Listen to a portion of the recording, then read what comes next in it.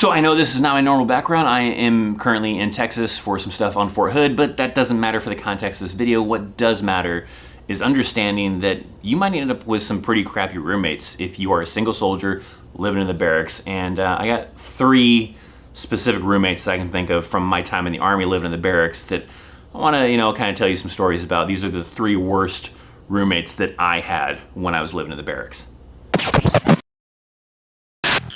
What's up, my friends? U.S. Army veteran Christopher Chaos, and today that's what I'm here to talk about is some crappy roommates, but we got to give a little bit of context to it to understand about living in the barracks. And before we do that, take a look down below. Are you subscribed to this channel? If you're not, click that subscribe, hit that thumbs up, check out the links a little bit later in the description box, and let's roll into it. And let's give a little context about barracks life first.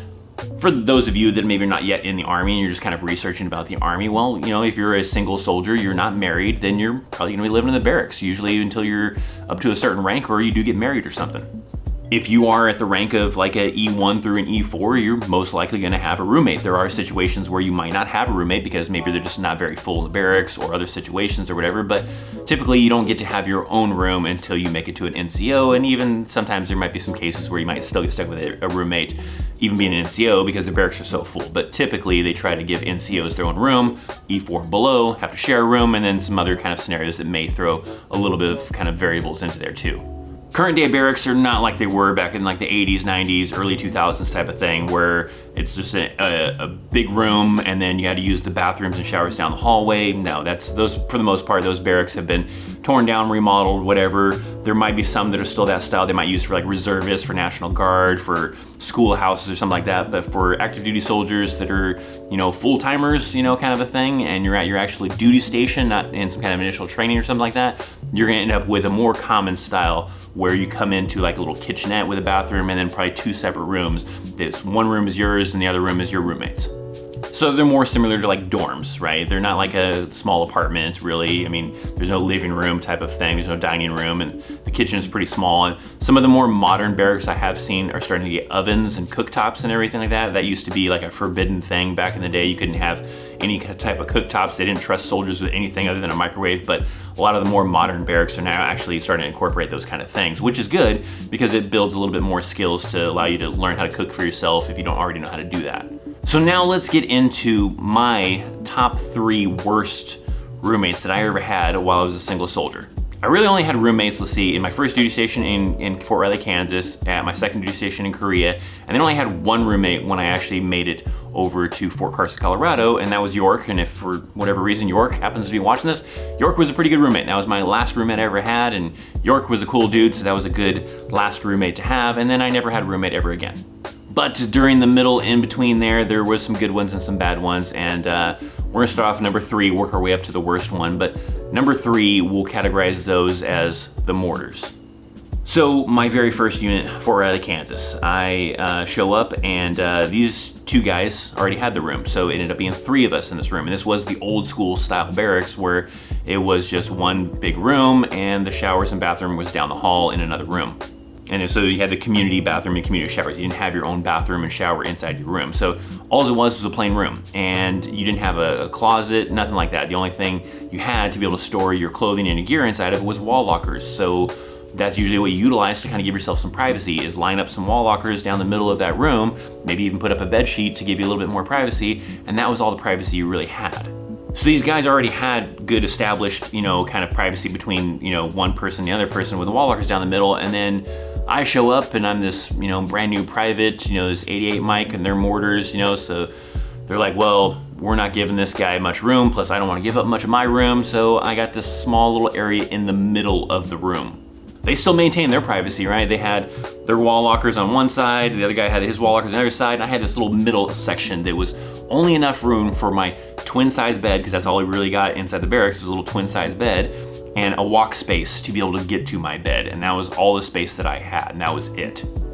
These guys were not giving up their personal space for some measly private that was brand new to the unit type of thing. These guys were both, I think, maybe one was a PFC, one was a specialist or something like that. So I got this small little section in the middle of the room. So that part sucked. The other thing that kind of sucked about these roommates is every day when we got off work, their routine was the same. Drink beer and play Tony Hawk Pro Skater on the PlayStation. That was pretty much practically every day. So every day I was coming back to my room to chill out. These two guys were drinking beer, already getting drunk every single night for the most part, and playing, probably Tony Hawk, playing video games, until later in the evening before we finally went to sleep. But the main thing that I think made these roommates horrible was that, I didn't get much space. So I get this small little tiny area while they both had a little bit more cushy of space, and then having to deal with these guys just drinking, getting rowdy every night, and playing Tony Hawk, and I would just want to chill out and do whatever. And for the most part, usually I would try to get away, so I wasn't stuck in that room, having to hang out with that all the time, or go down and hang out to another person's room, that I was maybe friends with. But yeah, it kind of sucked. So that's not too bad, but that was probably the third kind of worst one. Moving into the second worst roommate that I ever had, which now takes us to Korea. Because the other roommates I had in Kansas, I kind of jumped around rooms a little bit, kind of shuffling around, giving me a little bit more room.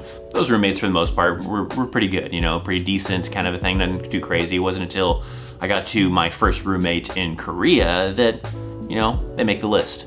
Also, as a person, this person wasn't too bad. The mortars as a person wasn't too bad. There was just things that kind of annoyed the hell out of you, but the person as itself wasn't too bad of a person. There was just things that the person did that kind of made them end up on this list. And that was, I guess, back to drinking a little bit. This guy, he'd get smashed on the weekends, and like blackout smashed to where, he didn't remember what happened the night before. And he wasn't necessarily like a violent kind of person, but he was like clumsy as hell. He would get wasted and just be running into shit, knocking stuff over.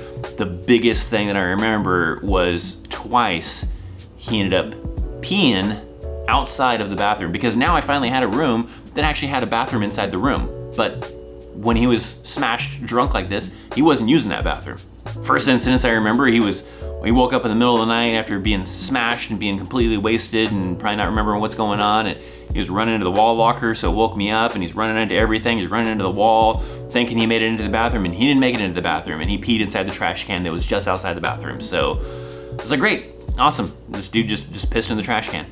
I went back to bed. I was like, fuck it, I'm going back to bed. I went back to sleep type of thing. And the next morning he woke up, and I think maybe he remembered a little bit, or maybe he just discovered it, because I remember waking up and he was taking the trash out. So that was good. At least he cleaned up his mess.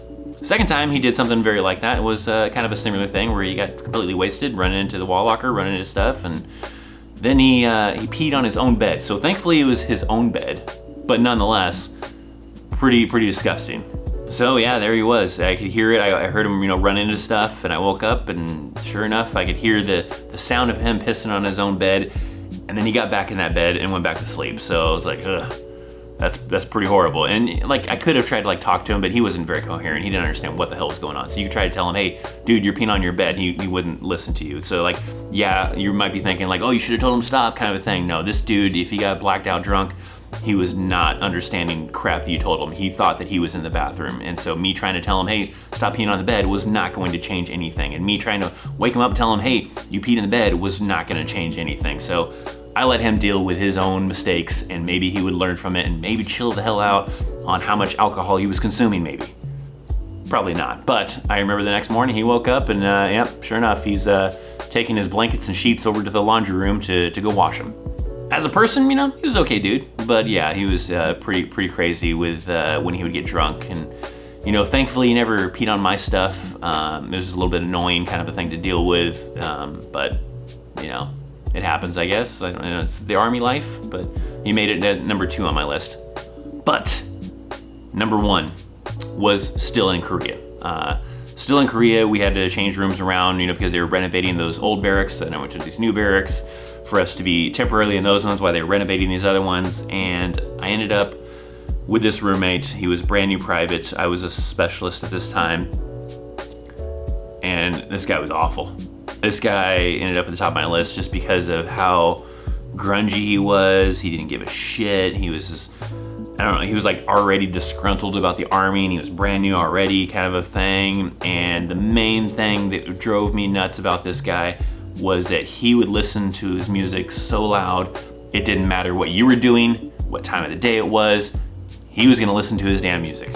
So he had, of course, the stereos that you get from the PX kind of a thing back in those days, with the big ass speakers, and little, you know, console, you know, in the middle for a CD player or tape player or whatever kind of a thing. And man, it didn't matter. It didn't matter if it was, you know, midnight, 5 o'clock in the morning, whatever, and he was awake and he wanted to listen to some music.